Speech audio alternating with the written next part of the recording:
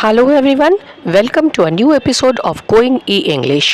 আজকে আমরা কথা বলবো, কথা প্রসঙ্গে আমাদের প্রায়ই বলতে হয় জামা কাপড় উল্টো করে শুকোতে দাও। ছেলেটি উল্টো দিকের ফুটপাতে দাঁড়িয়ে আছে, ঝড়ে প্রায়ই ছাতা উল্টো হয়ে যায়, বালতিটি উল্টো করে রাখো।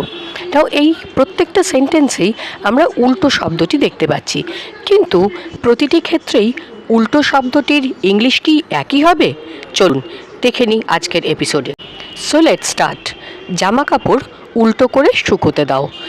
এক্ষেত্রে বোঝা যাচ্ছে জামা কাপড়ের ভেতরের দিকটা বাইরের দিকে করে শুকোতে দিতে বলা হচ্ছে। যখন কোনো জিনিসের ভেতরের দিক বাইরে আনতে হয় তার ইংলিশ হয় inside out. Inside out. Hang the clothes inside out for drawing. অর্থাৎ জামা কাপড় উল্টো করে শুকোতে দাও। এবার চলে আসবো আরেক রকম উল্টো করে রাখায়। বালতিটি উল্টো করে রাখো, অর্থাৎ বোঝা যাচ্ছে বালতির উপরের দিকটি নিচে করে রাখতে বলা হচ্ছে। উপরের দিকটি নিচে রাখতে হলে তার ইংলিশ হলো upside down. Upside down. Keep the bucket upside down, অর্থাৎ বালতিটি উল্টো করে রাখো।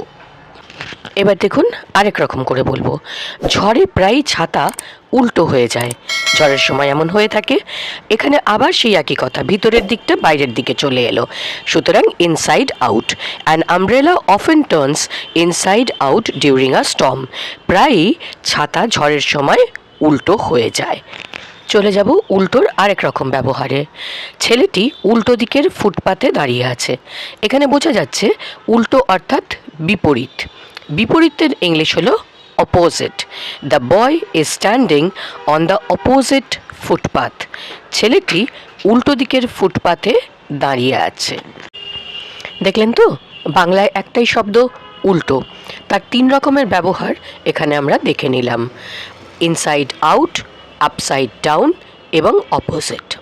সুতরাং এই ধরনের নতুন নতুন শব্দের ব্যবহার জানতে গোয়িং ইংলিশ চ্যানেলটিকে সাবস্ক্রাইব করুন, লাইক করুন, শেয়ার করুন অ্যান্ড স্টে টিউনড।